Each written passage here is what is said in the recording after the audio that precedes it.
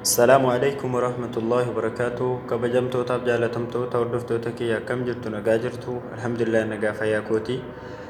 Barumsaan amma dura baay'ilama isiniif qabeet turee har'a baay'ilama kana inshaallah qabadhee dhiyaadheetiin jira jechuudha. Kana dura gaa akkuma kanaan dura viidiyoo darbe irratti beeksisa tokko illee hin taasifanne waan ta'eef namoota anaaf siccii bifa haarawaan maamila naaf ta'aniin haala kamiin akkatti maamila kiyya ta'an kan hin agarsiifadhu ta'a jechuudha.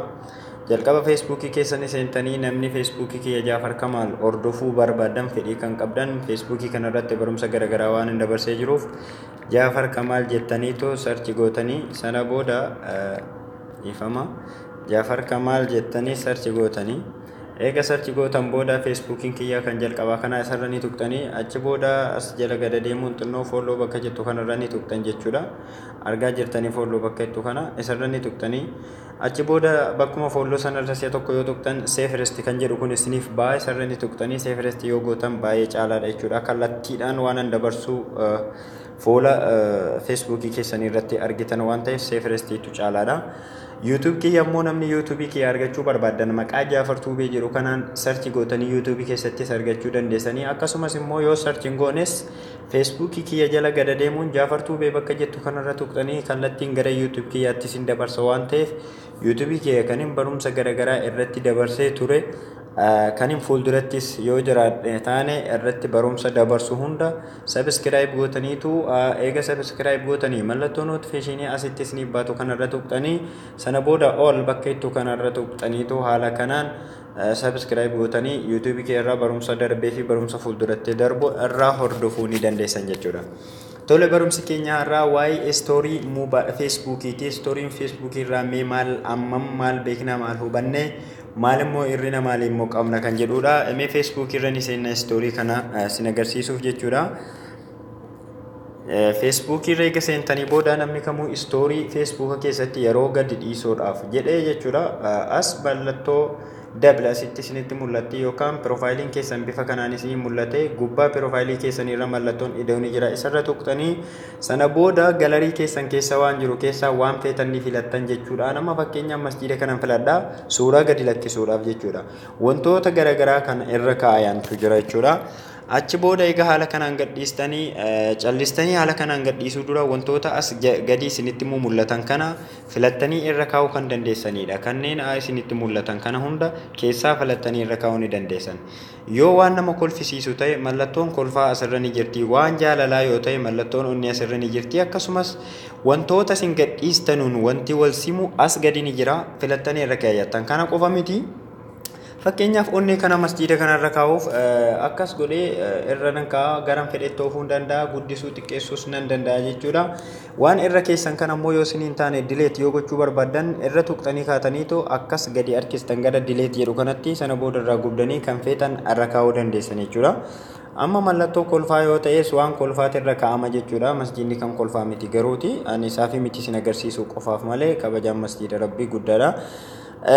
Wantoota barbaachisaa ta'e eerrani keessan sana qofa miti as gubbaatti immoo bakka A jettu kanarra jechuudha qubee Oromootiin A jedhu kana lamaan irra yoo tuqxan waan barbaadan barreessitaniitu jechuudha istoorii keessanii waliin gadhiisuu dandeessan. Amma fakkeenyaa fi maashaa Allah jechuu fi maashaa Allah tabaarakar-rahmaan jechuu fi jedheetiin haala kanaan irra barreessa jechuudha. Egaa haala kanaan barreessinii booda kalarii barreeffama kanaallee jijjiiruu kan dandeenyudha. Eessarra tuqnee jechuudha. Eessarra tuqnee kalarii jijjiiruu dandeenya. As ni argitan mallattoo kalarii. Sana booda kanarra yoo tuqxan haala kanaan eega isinii bahee kalarii feetan irra godhuu ni dandeessan jechuudha. Barreeffama irra barreessitan kana jechuudha. Waan feetan gootanii inni biraan ammoo kalarii qofa miti. Kalarii qofa miti jechuudha. Wanni isinii galuu qabu asitti bakka kanarra yoo tuqxanii dhifama bakka as gadi isinitti mul'atu kanarra yoo tuqxan jechuudha maal akka ta'u qubeen isin barreessitan bitaa fi mirgatti akka siqatu taasisuu kan dandeessanidha. Yoo feetan qubee kana isin immoo irra tuqxaniitu gadi harkisuu wal harkisuu gara feetan xiqqeessuu walitti harkistanii quba keessa lamaaniin guddisuu xiqqeessuu ni dandeessanii gara feetanitti oofuu ni dandeessan. Okay barreeffamni isin barreessitanis isiniin ta'u taanaan gara dileet jedhu kanatti gadi harkistanii. Inni biraan baay'ee kan barbaachisaa ta'e namoota wal jaallatanuuf waan baay'ee barbaachisaa ta'e tokko kan isin agarsiisu ta'a. Istoorii kana namni kam akkam namni ammam akka argu filattanii gadhiisuu dandeessan. Namni kam yookaan namni feesbuukii keessan irratti isin ordofu fayyaan akka argu taasisu yookaan hiriyootiin isin filattan qofti akka argu taasistaniitu gadhiifachuu dandeessan. Hiriyootii isin filattan namni kaan arguu hin danda'u. Yooma fireendii keessan ta'es arguu hin danda'u jechuudha. Nama isin filattan malee.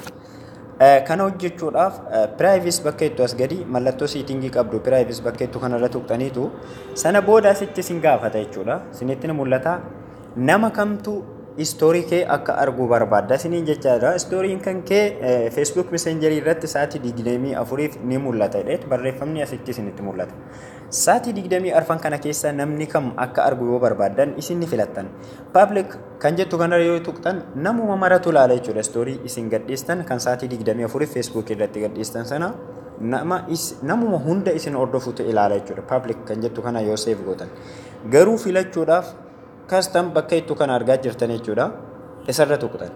Sana booda ni filattan. Anamma nam tokko qofan filadha fakkeenyaaf namni lama qofti.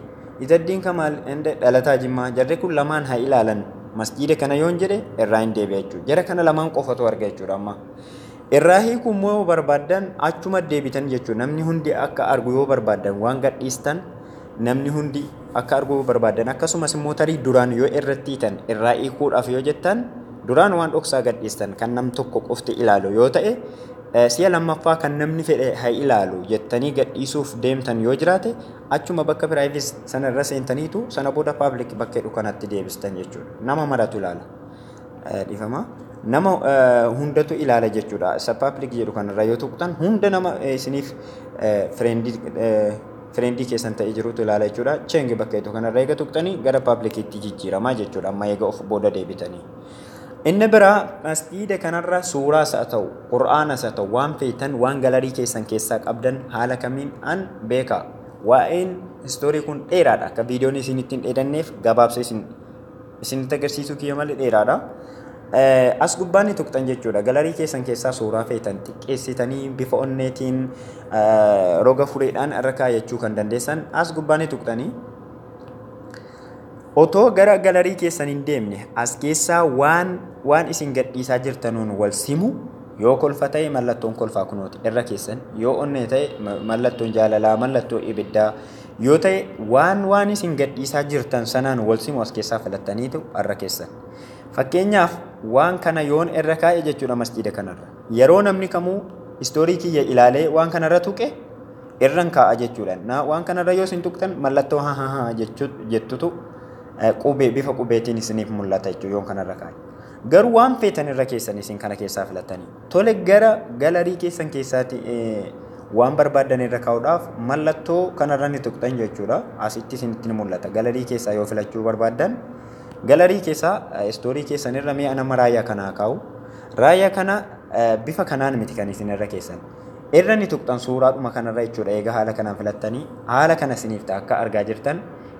Bareedee bifa ziirootiin jechuudha. Isiniif bareeda. Gubbaa masjiida kanaa raayyaa kana kaa'ee yoo suuraa keessanis ta'e haala kanaan keessanii gadhiisuu dandeessan. Amma si'a lammaffaaf suuraadhuma walakkeessuma suuraa kanarra yoon tuqe isuma amma filanne kanarra yoon tuqe jechuudha. Bifa kana nuu ta'a. Amma achirran tuqa jechuun walakkeessuma suuraa sana haala kana nuu ta'a roga furee ta'a jechuudha. Amma yoon achirra tuqe bifa onneetti nuuf jijjiirama jechuudha.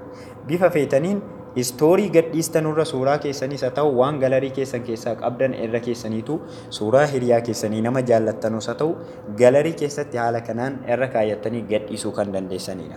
Tole viidiyoon kiyya kun isinitti dheeratanatti fakkaata. Sila waa'ee istoorii WhatsApp illee bal'inaan kanin isin agarsiisu jedheetiin hawwee ture. Garuu amma viidiyoon kiyya waan isinitti dheeratuuf anamma istooriidhuma feesbuukii kanarratti kan hin dhaabu ta'a. Kan WhatsApp fuulduratti kan itti dhufnu ta'a. Kan WhatsAppis baay'ee dheeraa waan ta'eef kunis kan feesbuukii baay'ee dheeraadha. Garuu isaa isin barbaachisu qofaadha kan isin agarsiise. Egaan barumsi kiyya har'aa kana fakkaata. Waan naan dabarsu hundarratti inshaallah akka hamlee naa taatanii fi gara fuulduraatti koomantiileen babbareedoon 5 viidiyoo kam hundarrattuu ni filatamu jechuudha. Koomantiin babbareedoo 5 viidiyoon dabarsu hundarratti kan hin filadhu ta'a. Wassalaamu alaikum warahmatullahi ta'ala wabarakaatuh.